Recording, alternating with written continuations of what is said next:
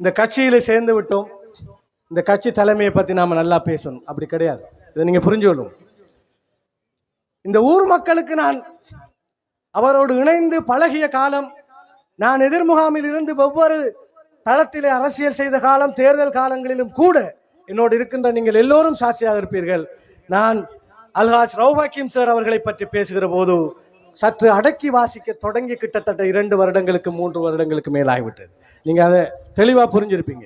அது எப்படி உருவானது என்றால், பாராளுமன்றத்தில் அவரோடு இணைந்து பணியாற்றுகிற போது இந்த அரசியல் சட்டம் நுணுக்கம் தொடர்பாக அவரிடம் இருந்த துல்லிய ஞானம் இவர் போன்ற ஒருவர் தலைமையாக இருக்க வேண்டும் என்பதை நான் புரிந்து கொண்டேன். பல விஷயம் நடக்கல. ஆம்,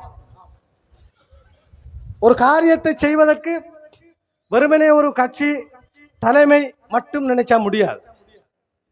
இப்ப நாங்க இருக்கிறோம், பிரதேச சபை உறுப்பினர்கள் நிறைய பேரை நீங்க உருவாக்கிருக்கீங்க.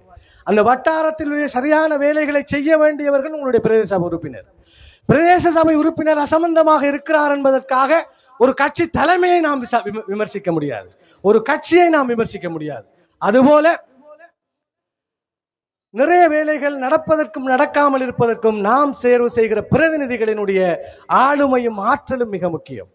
நான் இந்த ஊரிலே தீர்க்க முடியாத பல பிரச்சனைகளை தீர்க்கின்றேன் என்றால் அதற்கு மிக முக்கியமான காரணம், தொடர்ச்சியாக அலுப்பு தட்டாமல் ஒரு பிரச்சனையை முடிக்க வேண்டும் என்று நான் விடாமுயற்சியோடு செய்த அந்த முயற்சி மட்டும்தான். அந்த முயற்சியை செய்யாத பலரினுடைய பழியையும் ஒரு கட்சி தலைமை தன் தலையில் ஏற்றிக்கொண்டதனுடைய விளைவு பற்றி நான் மனம் வருந்துகின்றேன். அதற்காக அல்ஹாஜ் ரவுஃப் ஹக்கீம் சார் தேசிய தலைமையிடம் என்னுடைய மன்னிப்பையும் நான் கோருகிறேன்.